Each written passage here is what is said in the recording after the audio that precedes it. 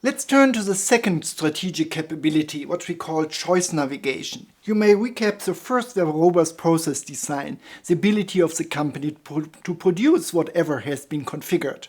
But before we can produce something, well, a consumer has to make his or her choice. That's exactly what we want to explore here. So the definition first. The idea of choice navigation is really to solve this problem, to help customers find a customer-specific solution. Or, more complicated expressed, it's the capacity of the organization to create models of how customers construct their preferences and to evaluate the offerings of the supplier against their preferences so that the complexity of choice is minimized, but also the enjoyment of this process is maximized. So it's very important at this point to say that choice navigation is not the software behind a configurator. It's not the configuration process. This more is part of robust sales processes.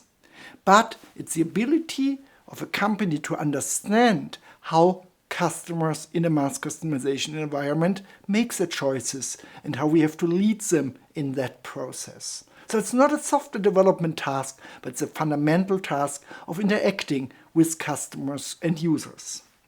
And again, there's three principles: elicitation, behavioral choice models, and embedded configuration. I will explain them all. Spend most time on elicitation.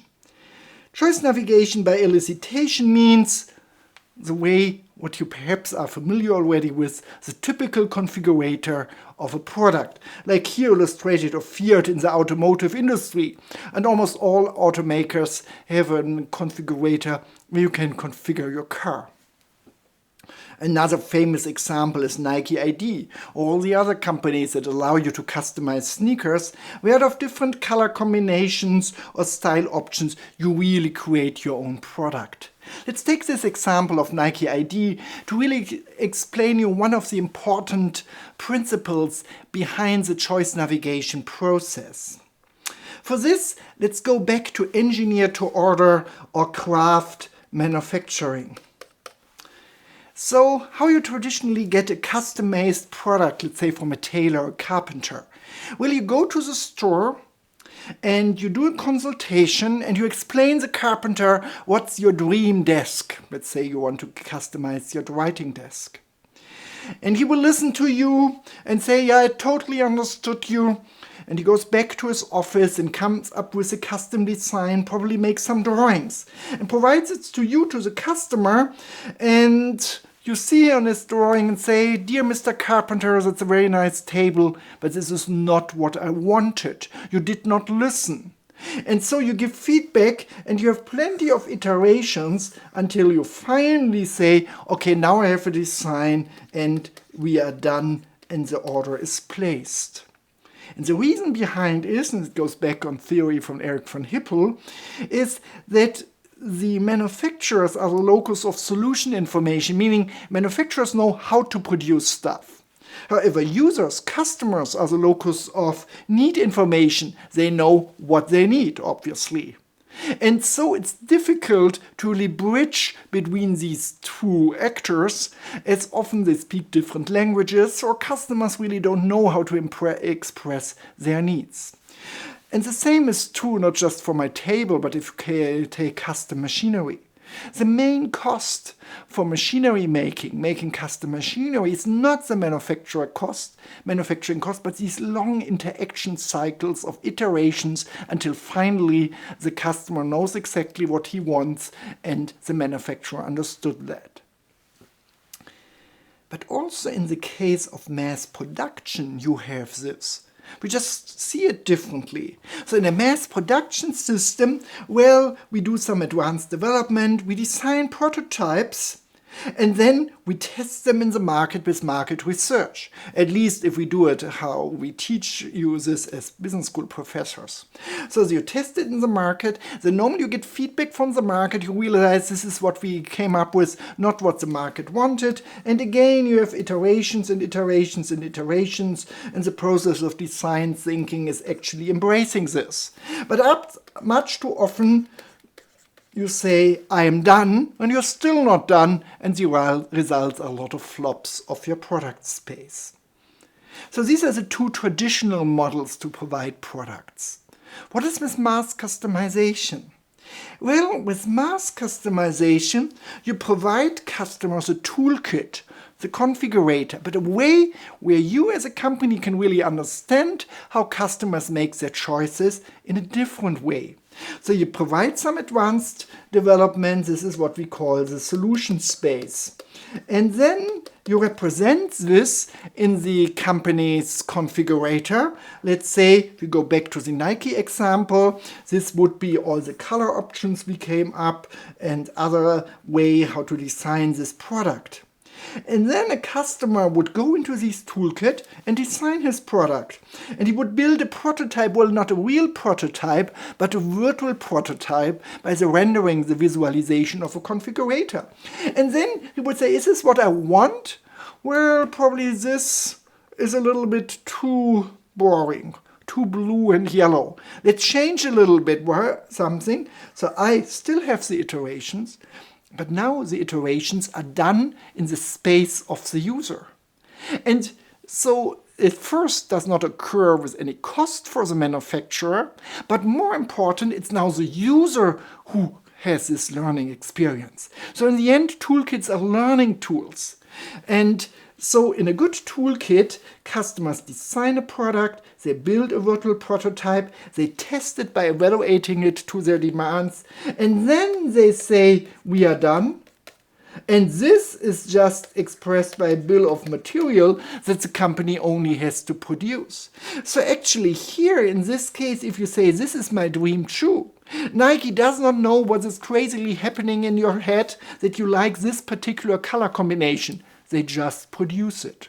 While traditionally in the mass production system, they would really have to understand the space of the customer and find somehow something about the needs of you and then come up with a hypothesis that exactly this design would match customer preferences. You get the point. That was a little bit a simple example. But the idea of a toolkit is that a customer goes through this learning experience and creates his or her own products. However, and this is an important point, the more choice we offer in a toolkit, the larger the solution space, the larger also the so-called product variety paradox. Meaning, the more options we put in, the larger the opportunity that customers really get what they want. However, there can be also too much of a good thing. Perhaps you saw a configurator where you have a myriad of choices and you really were facing complexity of choice.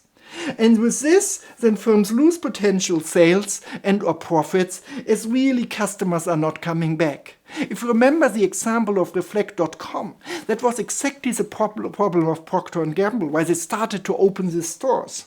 As they realized just on the website, the options are a little bit confusing for customers. They are really unsecure about this. So we need these stores that were somehow live toolkits to help a customer to really experience the product space and come to her specific configuration. So the downside of this user co-design process of a toolkit is this variety paradox and this. And because of this, there are a lot of principles to defining an effective process of interaction with a customer by means of a toolkit or configurator. So the idea is really to help the customer to find his or her solution. And for this, you have to structure the process. I will illustrate this with an example in a minute. You have to represent the product, visualize what you get.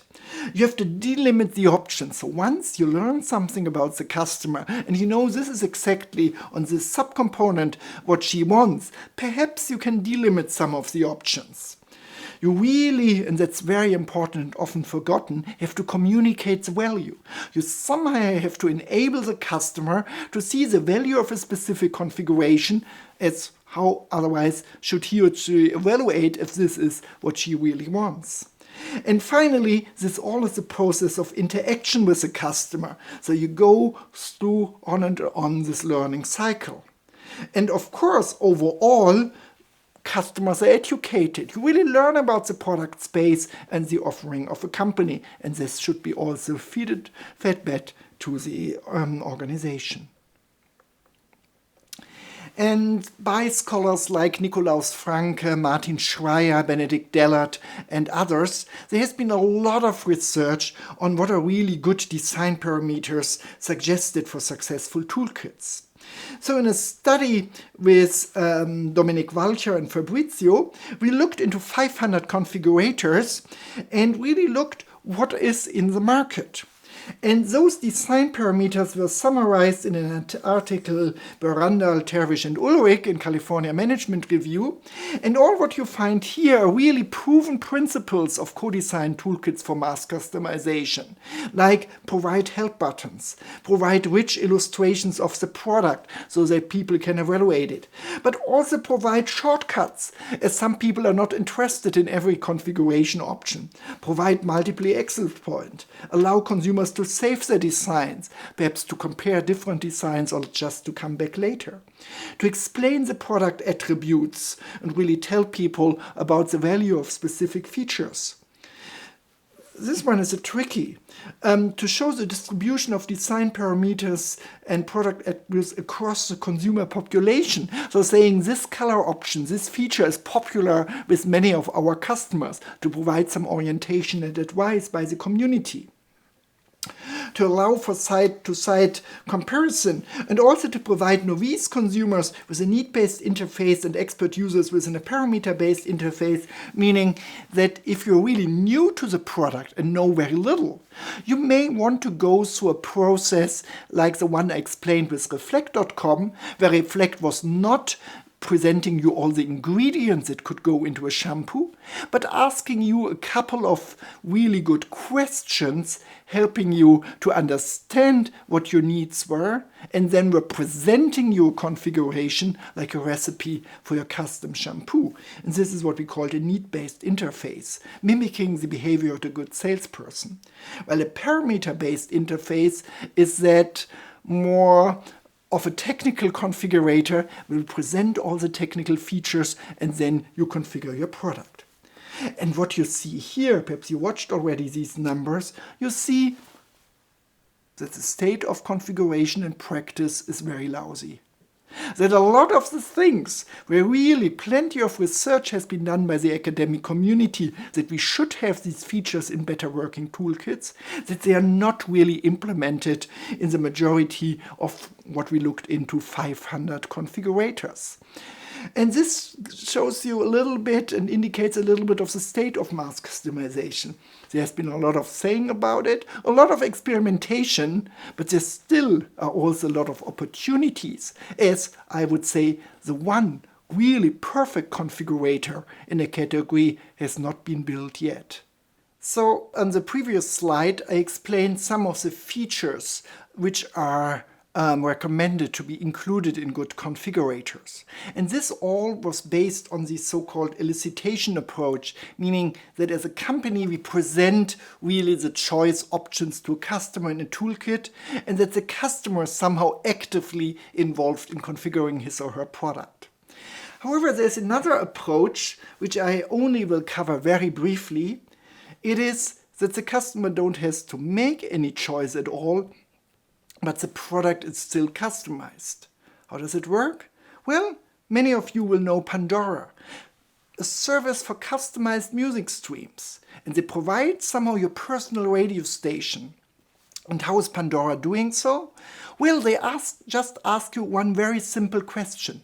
Tell me one song you like to hear in the moment. And they will play this song, and then they will play on continuous streams of other songs that share common characteristics as this one song. As they invested a lot of technology and time and effort into categorizing millions nowadays songs to really analyze these songs along, I guess, 70 characteristics. So if they know that you like this song, they will just stream your other songs with very similar characteristics. And if you're a fan of Pandora as I am, you really realize you learn about a lot of new music that is fitting your taste, but you don't have really to search for it. It's presented on you. It's just the information about one song is really helping the company to learn something about you. And the same is where I predict that big data and algorithms will play a very important role in mass customization. And think about it. Well, we leave a lot of data in our web browsing behavior and so on. And sometimes we are afraid of this. However, it can be used in a good way. Perhaps a company knows something from our browsing history, about our preferences and tastes, and can use this information at least to give us a good pre-configuration, so that we don't have to start with a blank canvas in configuring a product, but we see a good pre-configuration based on our past preferences and expressions and so on, that we then can use to customize. A third option is that we put the customization into the product. And Grundfos, a big Danish manufacturer of pumps, is doing it. They sell very complicated pieces of equipment to pumps. And here the idea is that these products have an embedded configuration, so that as a user you can really change the product during the usage stage. You can adapt it. But it not just means like your office chair that you can put up and down or really change in other dimensions. No, this has an embedded toolkit, meaning there's an interface that helps you really to translate your requirements, or here production requirements, into a specific configuration that then on the spot can be programmed into the solution. Another great product is this shoe by Adidas, and I brought you one as I am the proud owner of one of these few. This is a product that looks like a normal shoe, and it has been produced in mass, well, not really in mass, but in a standard product in a factory in China. However, this product is customizable for every user. How? Well, it has a sensor tracking your running behavior in the ground. Then it has a motor here, and perhaps you see the small string, but you see it on the picture. And with this string, the cushioning of the product can be changed. It can be trimmer or softer. And there's even an embedded configurator here where you can fine-tune the configuration of the insole cushioning system of your shoe. And you always can modify it. Well, the shoe was not really a big commercial success. It was an invention piece, but I think it was a very forward-looking piece of engineering, as this would reduce 5 SKUs, meaning 5 stock-keeping units in a traditional manufacturing, where traditionally company would provide 5 variants for this scope of cushioning. Now it's all built into one product, and different to these pump solutions where it's you that has to customize a shoe, it's a sensor and the embedded configurator that helps you to find an optimal configuration. So that's an idea of embedded configuration. And you all probably own a product with a lot of embedded configuration. Yes, it's your smartphone. Think about it. There's no need to customize the hardware of a smartphone. Some people want to decorate it with a custom case. But of course, all your phones are more or less different from someone else's. It is an embedded configurator, and we use the apps and so on to configure the services on our smartphone to our own preferences. Let's turn to the negative side, the variance paradox. As what I said earlier is, if we provide too much variety, this may turn into a burden of choice. However, interestingly, this traditional argument of a lot of marketing researchers that were against the idea of mass customization, as they were praising consumer simplicity, and they were praising the fact that customers really don't want to make choices, but it's the task of a company to really surprise customers. And those were the reasons these scholars brought forward that mass customization never can work. Well, interestingly, we found that some many customers really love to work for a company and engage in this co-design process. And this was research I did again with Nikolaus Franke. And in an early study, we looked into the market to customizing watches. And there are sites like Factory 121 where you can customize a watch. We had a more simpler company from Hong Kong, Idea Town, where you could customize watches like the Swatch company offers. And I brought you one. This is one of the IT Town watches of this company from Hong Kong. And they look more or less like normal Swatch watches. And the solution space were actually pretty large. You could create watches out of almost 650 million design variants. So really high solution space. By selecting from different minutes and hour hands, 150 drop faces, 60 different cases, 30 different straps and 30 different second hands.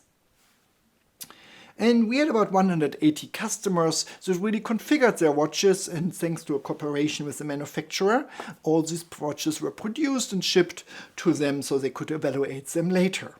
And these are some of the watches our customers produced. I don't know actually if mine is here, probably not, as I was a researcher, not the subject, but this here looks very similar, or that one. And you probably can't see it on the slide, but actually many of these watches I would consider to be pretty ugly. Even this one. I was proud about it when I produced it, but now it's a diver's case with Roman figures. It's not really the holy grail of design. So we had about 180 customers making more or less ugly watches. And they produced them, and they were produced, and they got them, and then as a researcher, you want to really measure willingness to pay. As willingness to pay is a very hard currency, so to say literally, for the value of a product from the perspective of customers. And Nick Franke told me really how to measure this. And so what we did is we compared these watches and we presented to these people that customized their watches first some best-selling watches by the Swatch company. As I said, these watches are in appearance and quality very similar to Swatch watches, and we controlled for brands, so we didn't reveal the brand, but just showed them watches designed by professional designers. And we found a 126 increase in the value expressed by willingness to pay. And I was very surprised. As what really is the value of a custom watch? You know, the value of a custom shirt I totally get. The value perhaps of a custom cosmetic I get. But of a custom watch? But still, and this is where real products produced by the consumers. And then in a scenario, we also presented them an ideal watch toolkit saying, let's say you not just could configure the product out of these elements that were predetermined, but let's say you really could create a case as you like. You really could upload any picture on the strap or whatever. So that would be your perfect toolkit. And nowadays with 3D printing, perhaps we are able to produce this. And again, a 90% value increment. And the traditional theory would say it's product satisfaction, the better fit, perhaps the status or the uniqueness of a custom product that would drive this. This was a traditional theory by Lancaster and Chamberlain. But here we thought, well, just the sheer product does not allow us to explain it. And then we found by then surveying customers that actually it was not the product that were increasing the willingness to pay, but the satisfaction with the co-design process. Psychologists and website designers know the construct of flow. You have higher conversion rates on websites if customers really come into a flow, if they are losing themselves into a website. You may know this from heavy computer gaming as well. And so customers engaging with the toolkits came into a state of flow, which really built some personal property and assets in this product. They developed a pride of authorship. This watch may be ugly, but I really love my ugly watch. Peer recognition, they could show it to their friends and say, you see, this watch is something I created, not a professional designer. So they really started to love their custom watch. And in this study, and which was replicated then by many other researchers in different categories, we found that about 50% of the additional willingness to pay for customized products in the consumer good market can be explained not by the product, the functional benefit of a custom product, but by the satisfaction with the co-design process and the hedonistic benefits of obtaining co-designing a custom product. And think about, this means you can increase your market volume by 50% without selling one product more. You only sell it differently. And Martin Schreier, marketing professor in Vienna, once called this the Tom Sawyer effect of mass customization. You may remember that Tom Sawyer had to paint this house or whatever it was, and he don't wanted to do it, so he sold to his friends the task of really painting the house that the customers were paying, his friends were paying himself to do this job, and he got his job done, so to say, for free and was still earning money. And exactly the same is happening here with mass customization. And there's a company called Build-A-Bear, which you may know, which has a lot of stores in the US, which actually is selling these experiences. This is a big store where you can customize a teddy bear. And the entire process in the store is arranged like a configurator. The store is a big configurator. But basically what they sell is the experience of creating the teddy bear. As we know that the average American child has already 52 stuffed animals at home and does really not need a 53rd one. And that we also know that kids actually don't like custom toys. They want exactly the same Power Ranger as their neighbor. However, this company is very successful in selling the experience of customizing a teddy bear. And so their main competitor, I would say, is not a toy store, but a movie theater, or perhaps a Hard Rock Cafe, something where you otherwise would go with your kids. And one more result from the study we did on the watch market with Nick Frank, and this is where mass customization truly meets user innovation. It is that we compared the watches designed by these users in this 20-minute design process, and we found that they really brought this additional value for their own, for the customers that created the watches.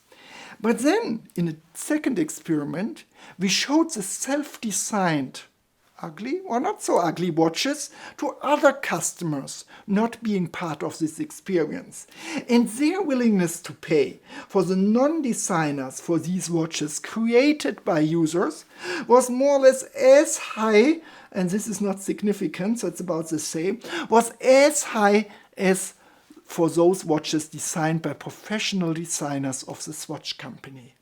And so this really shows you that it's another example that users, if you give them the right tools, have a lot of power and perhaps also insight and preferences of their peer and can create compelling product assortments.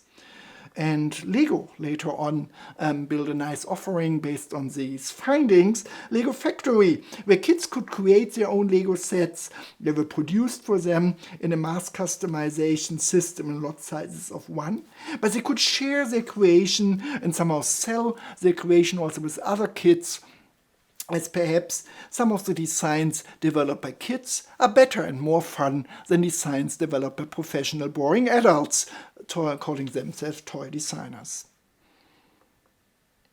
One more thing. As I said earlier, configurators are often seen in connection with customized manufacturing. However, recently we see an application of configurators not really to customize products, but just to navigate a huge assortment. And you all know that, let's say, going back to the market of jeans, you all know perhaps what your perfect jeans is, but finding it is a quite difficult task, as especially female viewers of this video may confirm. And probably you all know somewhere out there is your perfect pair of jeans.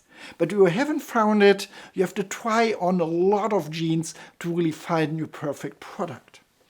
And there was a company called Zafu. They say not we customize jeans for you, but we match jeans for you. What did this mean? You start with a configurator and really giving them your body measurements and all your preferences for your perfect jeans, as I did with Levi Strauss early on. But then they were not manufacturing the jeans for you, but they were taking your characteristics and they were comparing those with all the existing jeans in the market, as they built a system to measure all the jeans that were out there from many independent manufacturers, categorize them, and then just match you to the best fitting jeans. And this actually provided sufficient value to customers. It was not required to actually customize the jeans, but just to help you to find your perfect jeans. And in another paper with Fabrizio Salvador, we call it increasing assortment productivity. So the traditional idea of mass customization or quick response in the fashion industry is to always have the variety that is correct on the shelf, up to the point of customizing this variety for an individual consumer. And this is a nice approach, but often costly to execute. Here we said, in some markets, there are enough products. It's probably also true for the market of watches or the market of sports shoes. But we just don't find it. So we can use mass customization thinking, but address this problem a little bit differently. First, we have to really create virtual representations of the product assortments and also build a choice navigator to really understand what customers want, which are the features they honor. And then we address the search problem, really helping people with the logic of a configuration toolkit to formulate their preferences. And then we use a database to match these revealed preferences to the existing assortment. And the idea of Zafu to make money with this was very, very simple. They actually were a very lean company. They had their configurators, they were collecting customer preferences. Then because of the database, they knew which is the best matching jeans for you. And then they were just referring you to another website carrying these jeans. And when you ordered it there, they got the 20% provision kickback. And so they had a very profitable business without having any inventory to carry. And another company explaining this principle similar to Zafu of match to order is RWTH, a German retailer, so to say, of ski boots. And ski boots always have been said to be a really promising opportunity for mass customization. But for some reasons I really never understood, the big ski boot manufacturers never wanted to enter this space. So RWTH grew very quickly and largely in the German market by offering a match-to-order system. So you go in the store, they have a sophisticated 3D scanner, they take the measurement of your feet, they ask about your skiing preferences and skills.